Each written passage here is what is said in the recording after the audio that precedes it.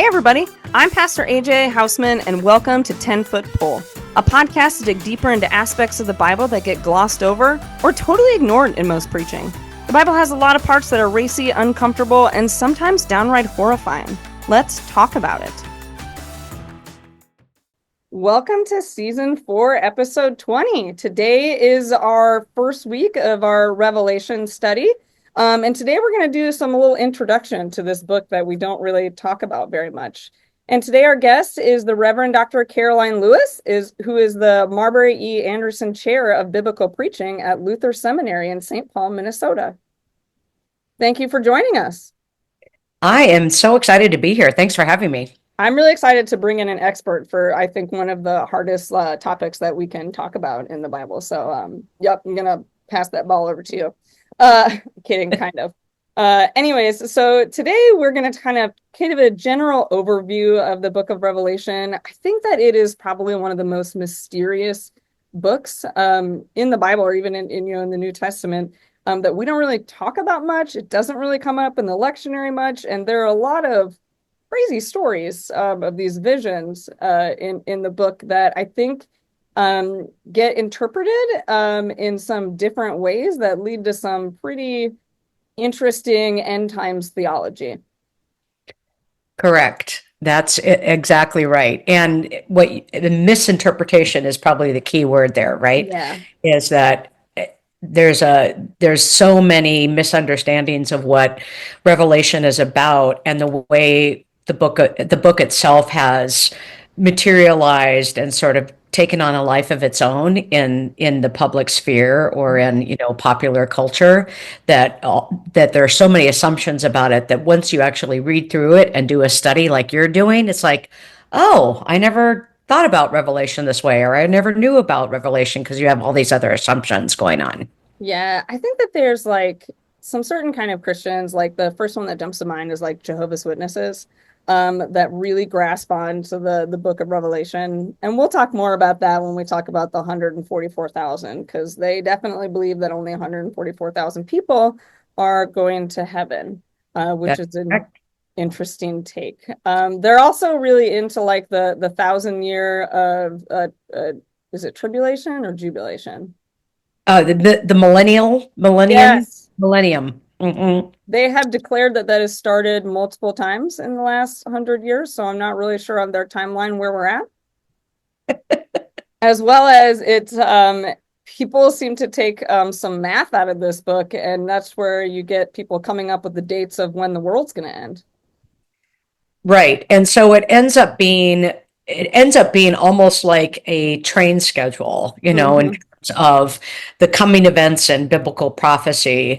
And what is fascinating about it is that these miscalculations are never for the actual author of the book of Revelation and the readers or the audience. So it's never referenced for the historical period. It's always for our time and place. And so you have these like constant miscalculations, and that, we just have to go back and redo the math.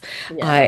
And yet all of that is taken out of the context of what this book was really for. Mm-hmm. And I think that's one of the key things that you want to think about with Revelation. But who was the original audience of this book, and what difference does that make for interpreting it? Yeah. I read a good quote somewhere that says, like, when you do that and you do this sort of end times prophecy stuff with Revelation, that it's a really self-centered interpretation of the book, and that it totally disregards the original audience and every generation in between who's ever read it.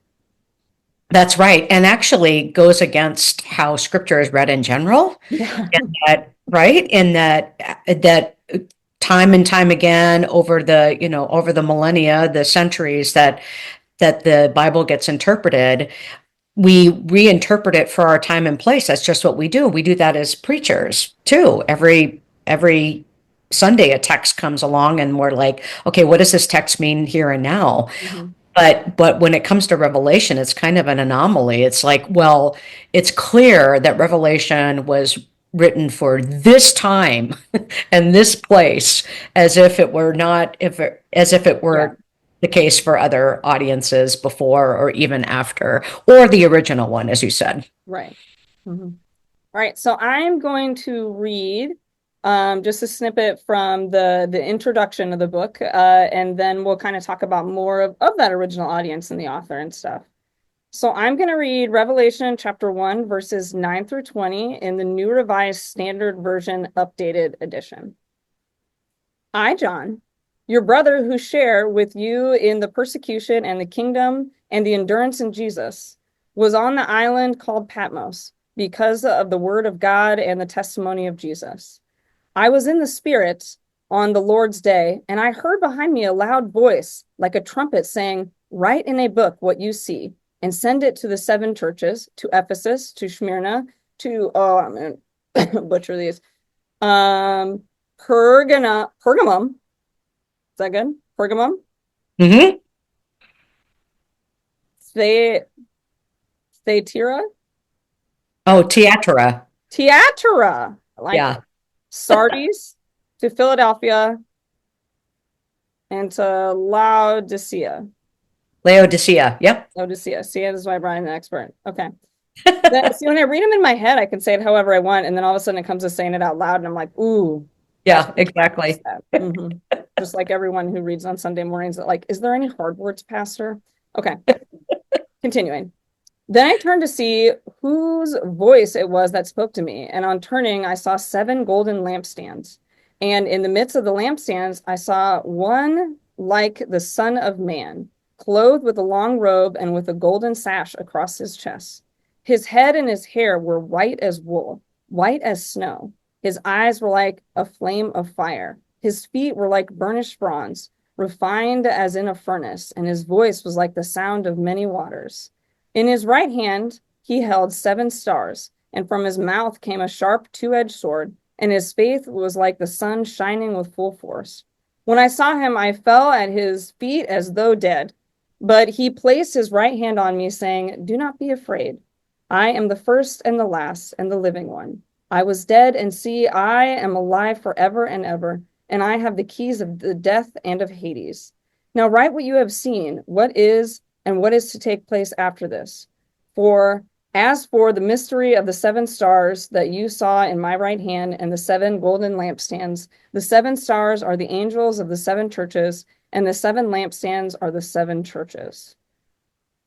So this is John's introduction to the book, which I find kind of interesting. So this vision that he has of Jesus does sound like a very scary person to be right there. Well, yeah, and this is not the only scary vision, right, Oh of no.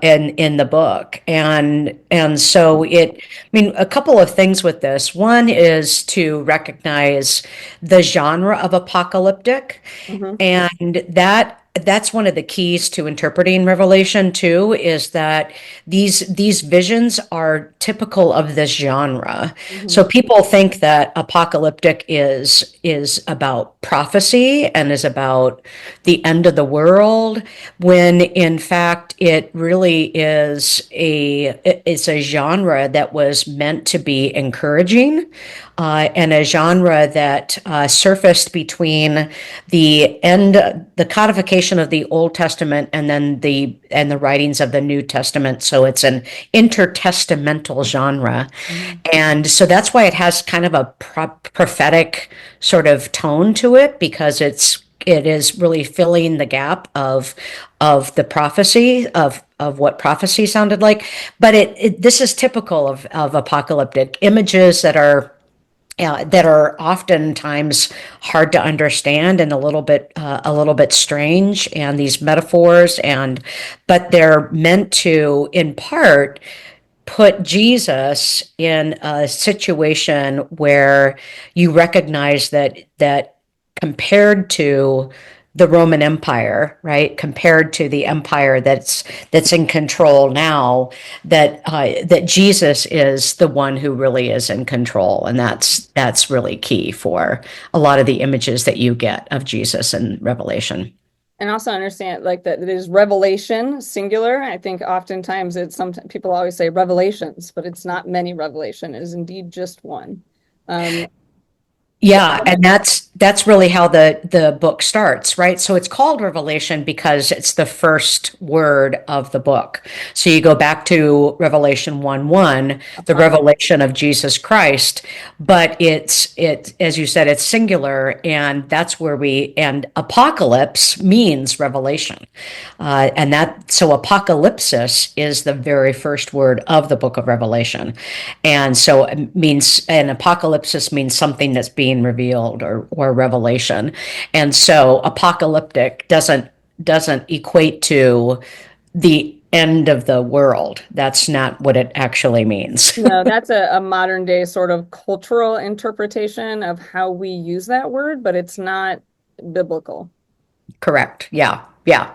Yeah. And so you've got, all of the sort of post-apocalyptic presentations, right? And like, Mhm. the zombie apocalypses, like The Yeah. Walking Dead and The Last of Us, and those kinds of shows that are playing off of that sort of cultural understanding of what apocalypse is, which, Mhm. but at the end of the day, it's that's not what it means. Right. And I think that that sort of cultural steeping in that understanding of apocalypse, I think then has framed how a lot of people look at this book when it actually is not there. Correct. Yeah, that's exactly right. It is not there. And what you do is then kind of miss the real purpose of Revelation, which is fundamentally uh, encouragement that really apocalyptic literature at its heart is crisis literature. Mm, It's a call for encouragement and a call for endurance. And in the case of the audience of Revelation, the book of Revelation, these seven churches that are struggling in the face of empire to exist and to maintain a kind of Christian identity, mhm. right? A loyalty and obedience to Jesus in the face of the imperial cult and the persecutions of the Roman Empire. Mhm. And so it's fundamentally it's encouragement literature, it's crisis literature. And so, for example, one of the things that you could miss is that there are seven beatitudes, for example, that are stretched out through the entire book. Yeah, And yeah, and so there's all these sort of subterranean uh, encouraging themes that you really do miss when you don't recognize what is the nature of apocalyptic literature. yeah, for sure. So let's talk about the author. Um, Coming Yeah, from a John scholar, this is not the same John that wrote the Gospels. well, no, as far as I'm concerned, it's not.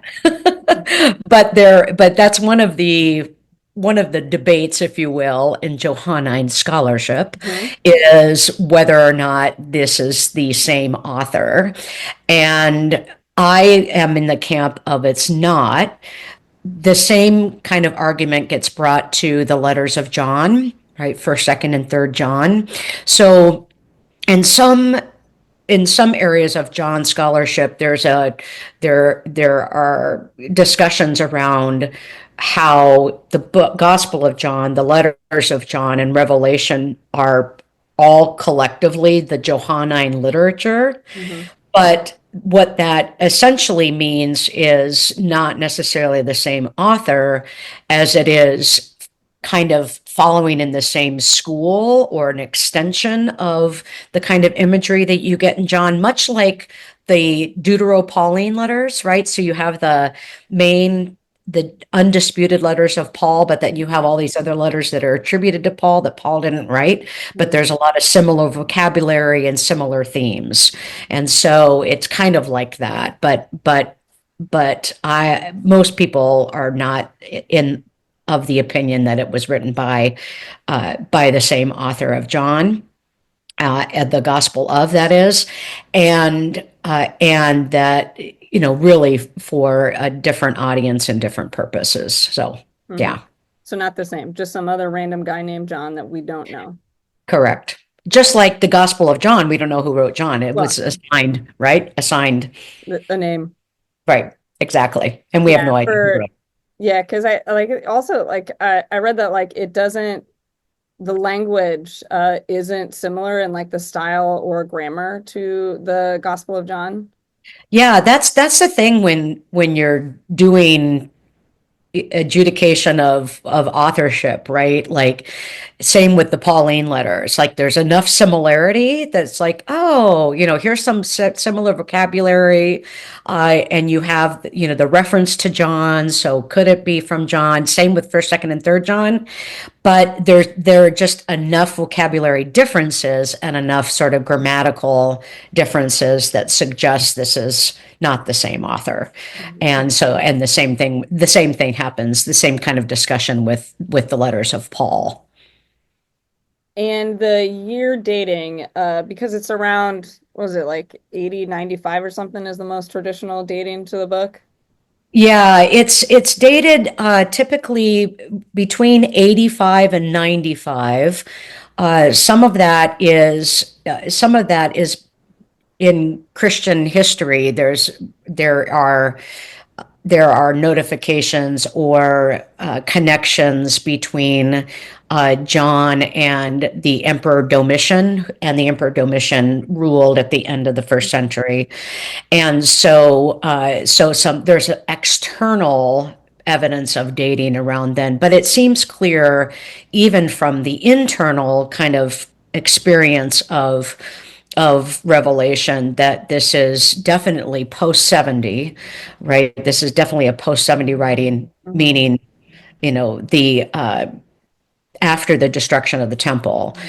And as Christianity, if we can even call it that then, as it's getting off the ground, right? And so really it's really speaking to uh, these churches that are struggling, right? That the main message is to be patient, to endure, to hold fast to the convictions and practices of the Christian life, being faithful to God in the face of trials. And so they have all of these churches are experiencing these external pressures from the imperial cult or the empire, or some even suggest systematic persecution, that they need to hear this good news of God's presence in Jesus. Mhm. So these seven churches are in Western Turkey, so Roman occupied Asia Minor area, to which in January, Caroline and I were at together. So it was really cool that we got to go and visit at least Ephesus in these places. So it's I've just been thinking about that as I was like, oh, we ran Exactly. through those people. But so let's talk about these original audiences. Like who would have been involved in these churches that he's writing to? Yeah, so these seven churches, as you said, are in Asia Minor. They are, Ephesus, Smyrna, Sardis, Philadelphia, Laodicea, and that's another thing to note, is that when we take Revelation out of its context and say that it's only directed in our time and our place, we really are taking away the fact that these were real churches, right? These were real early Christian congregations that are trying to figure out uh, how how to exist, as they experience crisis of their faith and persecution. And they each have, what's interesting about Revelation too is that there's this one letter, right? This one book that's written to the seven churches, but each of the seven churches has their own issue. And so if you read, further, and you'll probably be doing this, as you go in I your, had to narrow it down. We're skipping over the individual letters, but yes, in the very next chapter, he writes an individual little letter to each seven churches. right, right. And so and that's worth some attention for people to pay attention to, like, what is the issue in each church? Hmm. Right. And there's a specific issue in each church. But what's interesting also is that each of the churches gets to hear what the other church Yeah, is experiencing or yeah, doing. like they're not getting these individualized letters, right? He wrote all of this together into one giant letter, and sent it Exactly. to all seven of them. So you're right, they each get to hear the dirty laundry of each other's churches. That's right. And so yeah, so Laodicea is hearing what's going on in Ephesus, and Ephesus is hearing what's going on in Philadelphia. But it really, where the message becomes applicable for our time is that when you read each individual letter, you see what the issues are: pressures from the outside world, what is true belief, faith without works, lukewarm faith, having a stance of judgment instead of love, and being rejected when they are witnessing to Jesus. What are the pressures that lead us astray from our obedience to Christ? And so when you boil all those down, it's like, oh yeah, I Yeah, think some of that sounds familiar. that sounds familiar. Some Yeah. people could call my church a church of lukewarm faith. Neither hot nor cold. It just is. Yeah. Or faith without works. And so that's where the message of Revelation can be really powerful, I think, when you recognize that, oh, these are the challenges that all churches face. We've all faced these challenges. If we're not facing them now, we probably will. Yep, or have at some point in time in the past too. Hmm. Yeah. Hmm.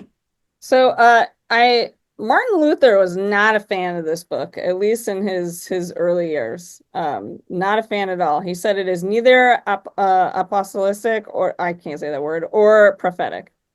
Hmm. His main criterion for revelation, you're absolutely right. There are two books that Martin Luther wanted excised from the canon. And those two books were Revelation and James. Mm, And his primary criterion was that they did not adequately show Christ, mm, which that also could be another whole other topic of what a criterion, what does adequately showing Christ yeah. mean? I Um, I just found that a little an interesting fact that he was not for this book at all. no, and he eventually did change his mind, however, in if you read some of his writings and you do some of the history of interpretation of Revelation, he did eventually change his mind about the book, but he never changed his mind about James. Mm, interesting. Interesting. So Yeah, he at some point in time decided this one was good enough, but not James. not James. Yeah, yeah, exactly. So what is the message in here, right? It's not about the doom and gloom, the end of the world, the day that it's all coming to an end. What is if you could give like a synopsis of a main overview of what we are supposed to take from the book of Revelation? I think there are. I think the main message is encouragement. It is the promise that God is in Jesus has already been victorious, that the the final battle or whatever has already been won. There's not a battle to be fought, but it's already been won in Jesus. And I think the real key there is the clue is if you go back to the first chapter, And you look at verse 8, I am the Alpha and the Omega, says the Lord, who is and who was and who is to come, the Almighty. And that same phrase gets repeated at the very end of Revelation. So this phrase is brackets Revelation. Then he said to me, this is Revelation 21:6. It is done. Perfect. And I'll come back to that in a minute. I am the Alpha, the Omega, the beginning and the end.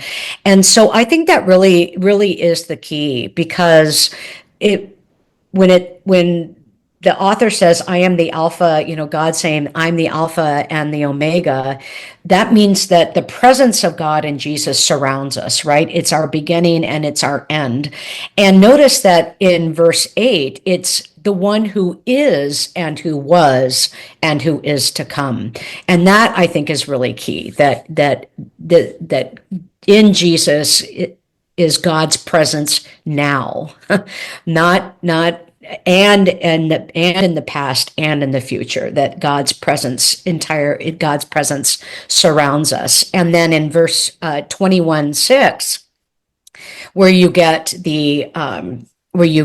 21:6, where it says it is done, that tense is perfect tense. So it is done, meaning perfect tense in Greek is everything has been completed. Mm-hmm. And for the book of Revelation, for the author of Revelation, in Jesus' death and resurrection, everything has been completed, but the effect of that is ongoing in the present. So does that make sense? I mean, that's the It key. It's does, but I also took Greek. So like, but the battle has already been won. That God is victorious, and which would have been a really powerful message when you're up against the power of the Roman Empire, where you see that power at work, you see that kind of destruction at work, and the question is, where is God in all of this? Is God truly at work now and in our present? And in the book of Revelation, that's the primary message, that God has already won the battle. Might not look like it in your circumstances, but the battle has already been won in Jesus, and God is present with you. hmm.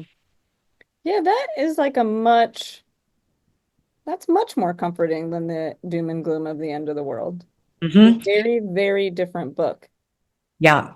And another kind of, other fun-filled facts that I think really help with the message is almost to fast forward to the end of the book and then kind of work your way back, because the ending image, or the ending picture that we get, is the New Jerusalem, Hmm. not this like heavenly oasis to which John's readers or any of us will be taken. Rapture is not even in the book of Revelation, Yeah. but the New Jerusalem comes down. See, the home of God is among mortals. The Mhm. tent of God is among mortals. That's really the word there. And God will tent with them once more and wipe every tear from their eye. And so Revelation actually gets used frequently in funerals, Hmm. right? And also it is, I don't know the exact statistics, but I think in the Lutheran Book of Worship, 78 hymns were attributed to Yeah, Revelation. yeah. That is, I saw that too, that though you don't get very much sort of hymn and poetic kind of language, a large chunk of our hymns do come from the visions and stuff in this book. And our liturgy. Mhm. And Yeah. what you were saying about this idea of like the New Jerusalem, that does sound very Gospel of John. Yeah. Oh, yeah. Yeah. Yeah. That does. Mhm. With the the kingdom is not something far off. It's here and now and a manifestation here on earth. And Mhm. you know, And God tenting among us. I mean, that yeah, yeah, same verb. that's Christmas uh, Day sermon right there. that's it. But that same verb of tenting or tabernacling, Hmm. which is also in John 1:14, the word became flesh and tented, tabernacled among us. And so that's the same word the as in Revelation 21. And then, of course, refers back to the image that is being recalled, of course, is God's tenting or tabernacling with God's people in the wilderness. Mhm. Wherever you go, I am there. So I think if people can hold on to that, if they, throughout the entirety of your walk through Revelation, to remember that that's really the key theme here, Yeah. and how all of the images are really working through that promise. Yeah. Yeah, and to me, like that's one of the key images that is something we always need to hear, right? This reminder of like God is with us, is tenting among us, and gave proof to that in Jesus, right? And I think that that's always important for us to remember. Mhm. And especially, I mean, if you think about the book of Revelation, how is it heard today? And how is it being heard in our current circumstances? Hmm. There are questions of where is the kingdom of God right now? Yeah. When you look at the ways in which kingdoms are working themselves out, other kinds of kingdoms, other kinds of power structures. And so, how Revelation is heard in the midst of all of that, I think is really important to consider. That's the promise that it doesn't might not look like it, but God's kingdom is at work. God's kingdom is here. And what does that mean as followers of Christ? Mhm. How does that affect the way we live? How does that change? How does that change what we are doing here and now? Yeah, and I feel that very intimately, right? As a person who is in a class of people that is being, actively persecuted, and also what does it mean at this identity of being both a queer person and as a pastor, and doing the following the words of Christ, and hoping to open the doors and welcome all in the face of all of the persecution, right? The book of Revelation very much like speaks to me in this word of hope. I think it really does. All right, and uh, for these communities, these churches that are quite literally experiencing that kind of uh, systematic persecution or being sought out for Mhm. their beliefs and who they are. And so what would it have been like then to receive this message of hope and endurance in the midst of all of this? What do you hang on to? I think it makes Revelation a, a very poignant book right now, an important book for Yeah. our time. And you bring up too with the original audience. So, something that I always like to remind listeners when we dive into the New Testament, into the epistles, and this also does include Revelation here, that this is a letter that written by a specific person due to a specific group of people, and we are reading someone else's mail. And so when we understand that in that context, right, that like what we can get out of the book is through the context in which it was written to the people to whom it was written for, not something to be extrapolated from that we put our own lens on, but the message comes from whom it was written for. Yes, and like Paul's letters, I think that's such an important point. Like Paul's letters, it is it's a word on target, right? It's provisional, Hmm. contingent, it's occasional, situational. Yeah. Uh, it's not doctrinal or abstract, right? It is paying attention to the circumstances of this particular time and place. Yeah. Uh, and it's not like any letter, any of Paul's letters or any writing in scripture for that matter. It's reactionary to a Mhm. particular situation. It wasn't, people the writers of the Bible didn't sit down and say, I'm going to figure out all the doctrine we need or Right.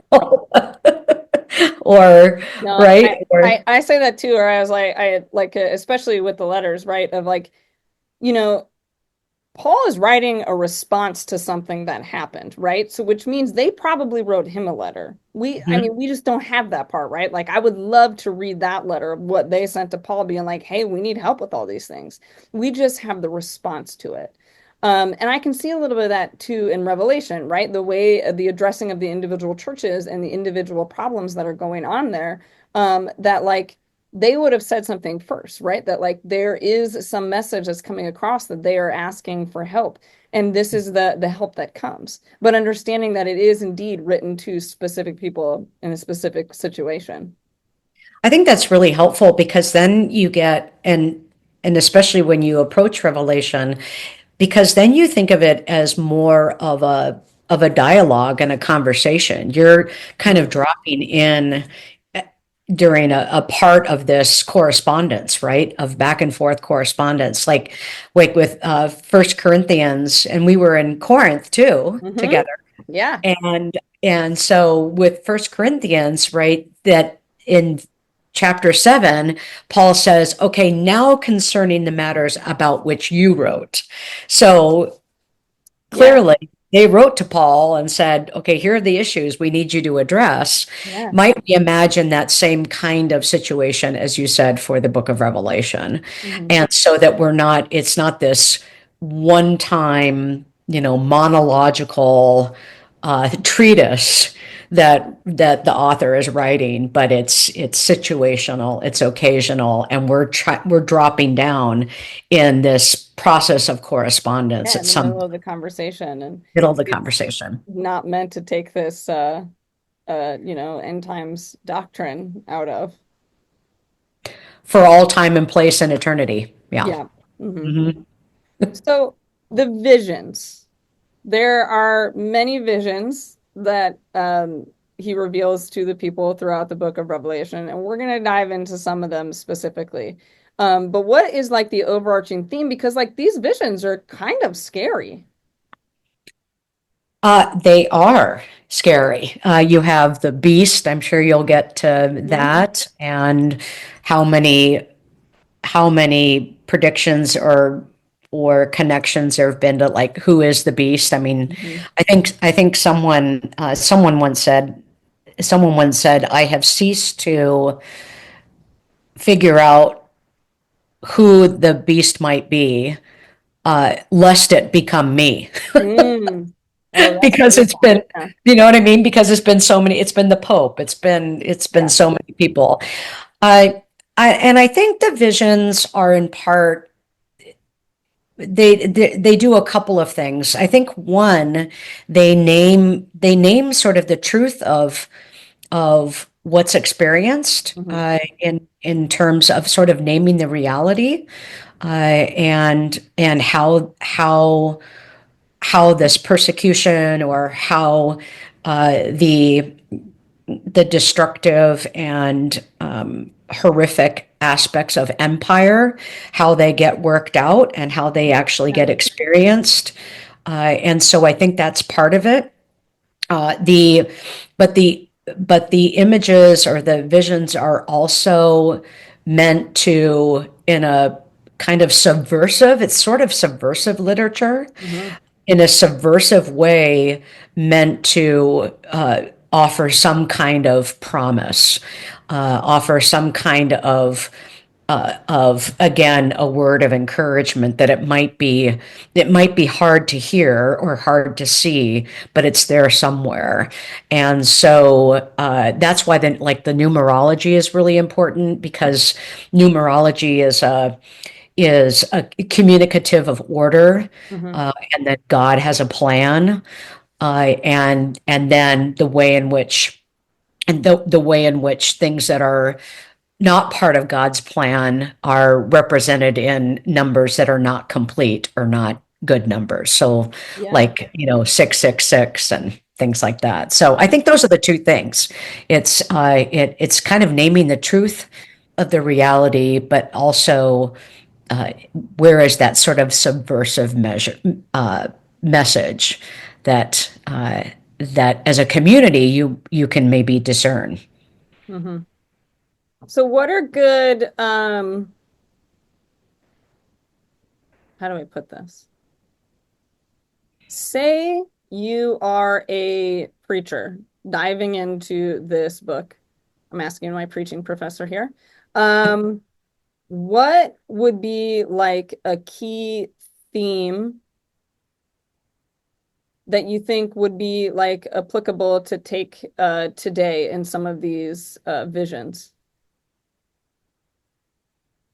I think the main thing would be to, as a preacher, uh, to cycle back to or remember the particularity of the book.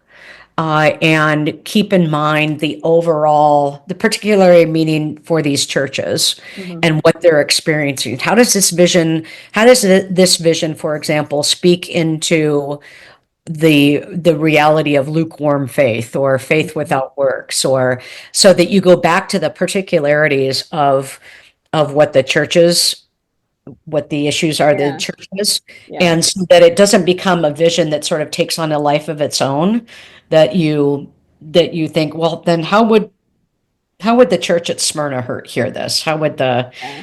right? So that the vision is speaking into that.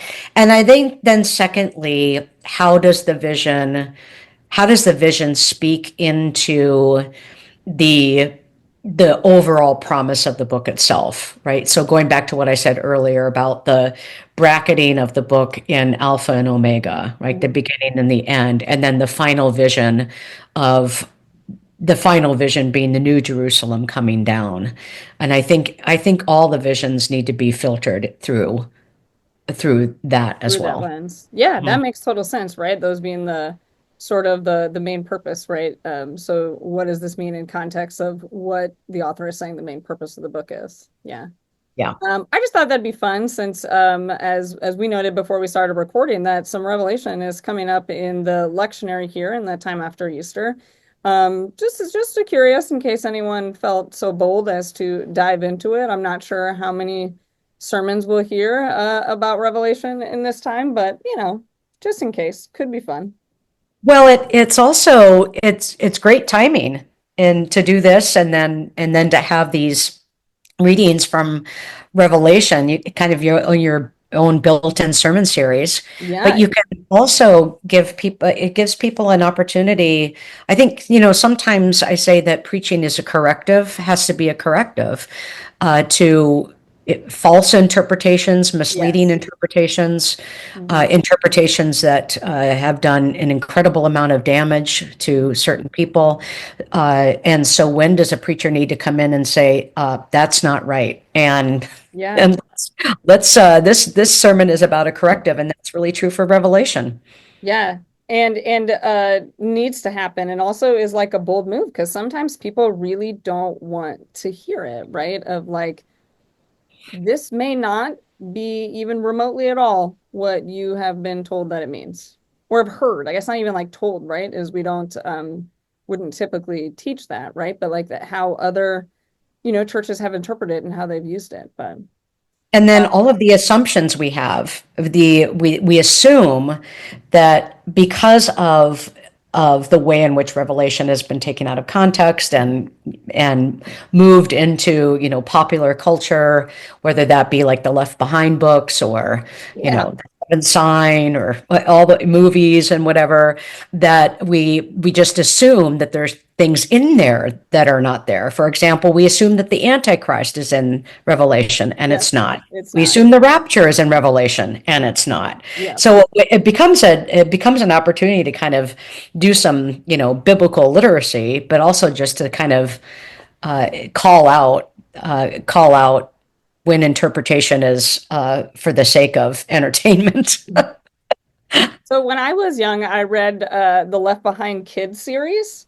Um, my parents are not theologians and had no way of like they're like, oh, she's reading church books. That's probably a good thing, right?